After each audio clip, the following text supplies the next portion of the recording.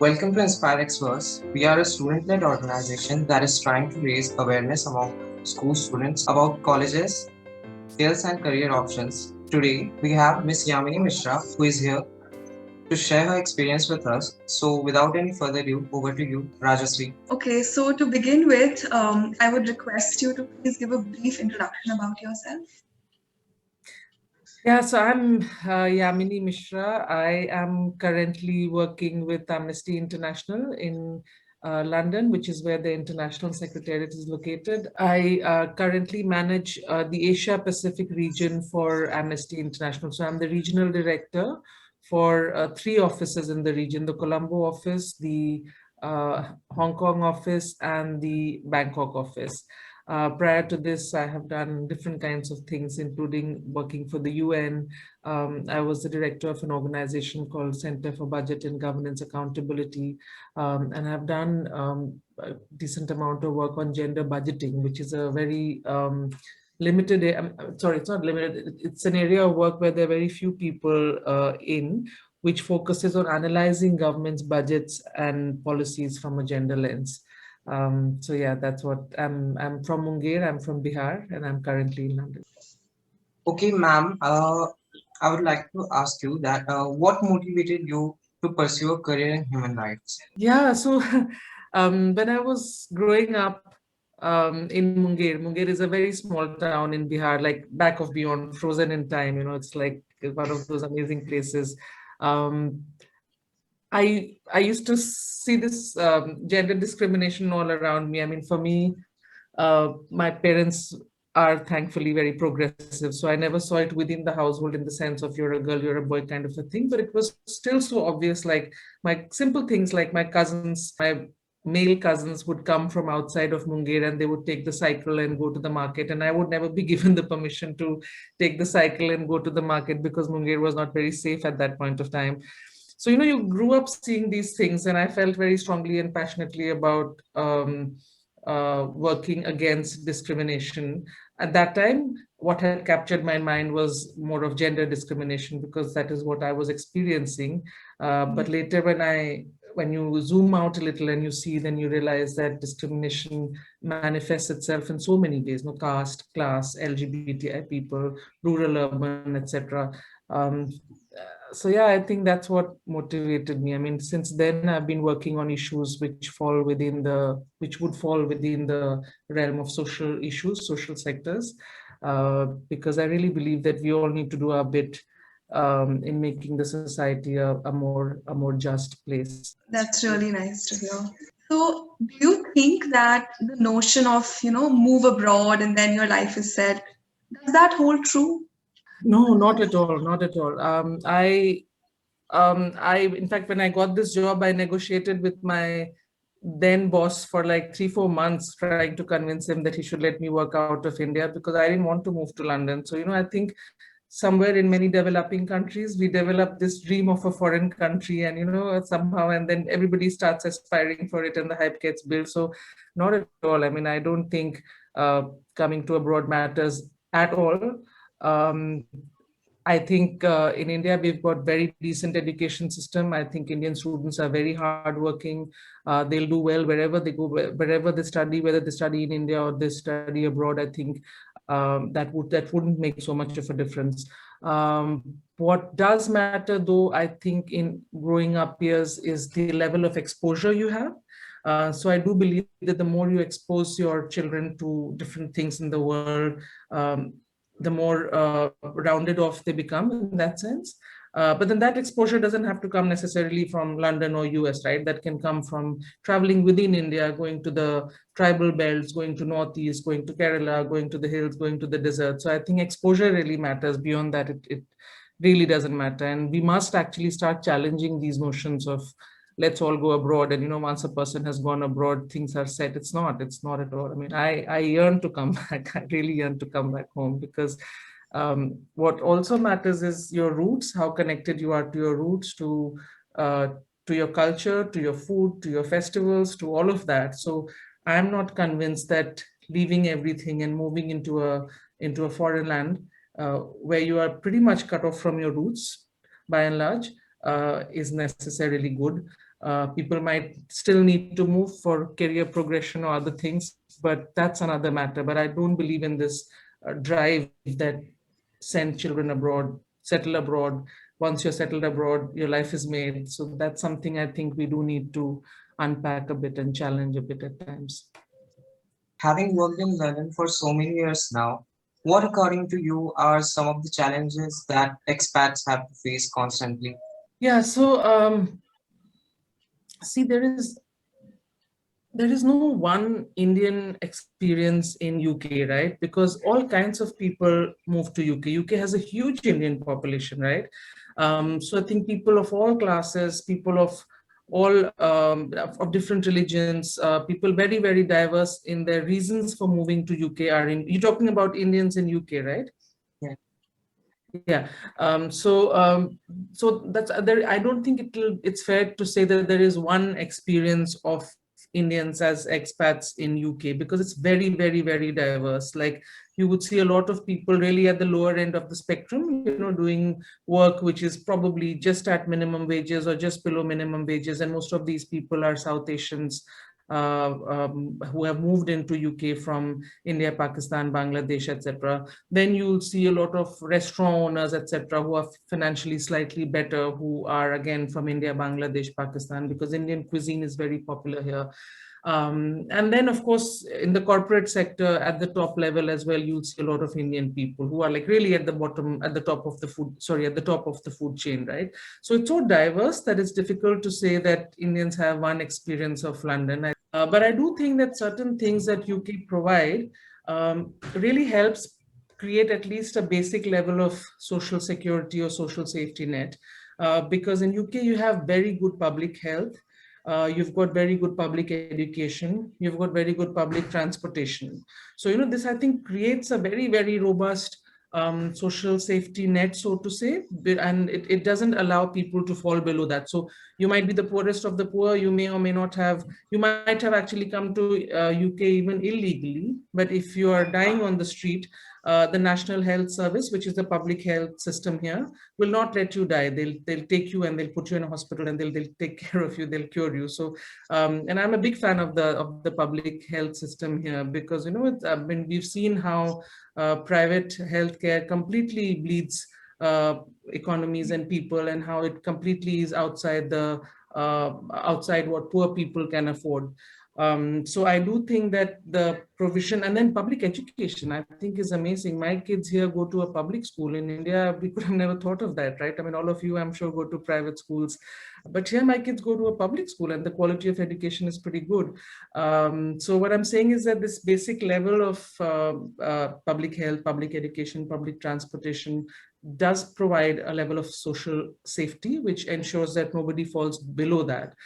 So that is something which is true, which is that Indians here are taken care of to a large extent. At least basic things are taken care of because of and then of course beyond that, it's a very socialist country. So if you are registered and if you're on their system as people who are not earning, who are unemployed, then they give you all kinds of money, like there's a weekly payment, they give your children food, etc., etc. So the government really takes care of the poor people, which I think ensures that nobody has a particularly bad, like nobody here will starve and die, nobody here will die because you can't afford health services, etc., and everybody's kids will go to decent schools. So I think that that is an important part of any Indian experiencing UK. But I do want to then also say that racism is a reality here. It's very subtle. Like in my almost 4 years that I've been here, I think I have seen only one explicit act of racism against me. And because I work in Amnesty, everyone there is like extremely sensitive to issues of racism, and even the white people there are like very, very conscious of issues of racism. So I haven't experienced it, but if you look at the reports that have been done, the commissions of inquiry in UK, the way think tanks here talk about and research the issue, there is definitely racism here as well. So I think that would also be part of something that Indians would have experienced. So, having worked with Amnesty International for quite some time now, how do you think that students should be encouraged to pursue their careers in such organizations? So if I may broaden your question a bit to go beyond organization, because organization is ultimately just a way for you to reach what you want to do, right? So there are lots of other organizations that work on human rights. So if we don't talk about Amnesty per se, but how do you really pursue a career in human rights? I think that will probably be relevant to or attract a lot more interest among students. So the answer to that is, these issues, anybody can work on human rights, right? Like, you don't need to be a human rights lawyer to work on human rights. I am an economist by training, and I still work on human rights. So whether you are doing whichever field you specialize in, you can still get into human rights. A lot of people who do human rights law, international human rights law, then also get into human rights. So there's really no way to do it. It's just that you need to feel strongly enough for the cause. You need to, I think getting into an organization like Amnesty also means that you would have had some experience of doing human rights work on the ground, right? So whether it's whether you are in a high conflict area or in some other part of the world, in India or Africa or wherever. So getting involved, sort of dirtying your hands and doing the human rights work on the ground, I think is important. Beyond that, of course, you need to crack your interviews and do your written tests, etc. But I would encourage youngsters to think on those lines of actually going and seeing what's on the ground. I do feel that oftentimes children of kind of parents in urban settings in Delhi who are financially doing pretty well, like kids would be, you all must be, we get very cut off from the grassroots realities. I mean, we hardly go to villages, we hardly know what people do, we don't know what caste is, right? So I think understanding the lived realities of people, understanding this, how discrimination works on the ground, understanding what challenges a poor person faces, are issues that I think would be great if your generation could actually engage far more deeply with. So, ma'am, talking about career, what do you think? What is the ideal age when a student should start thinking about their career?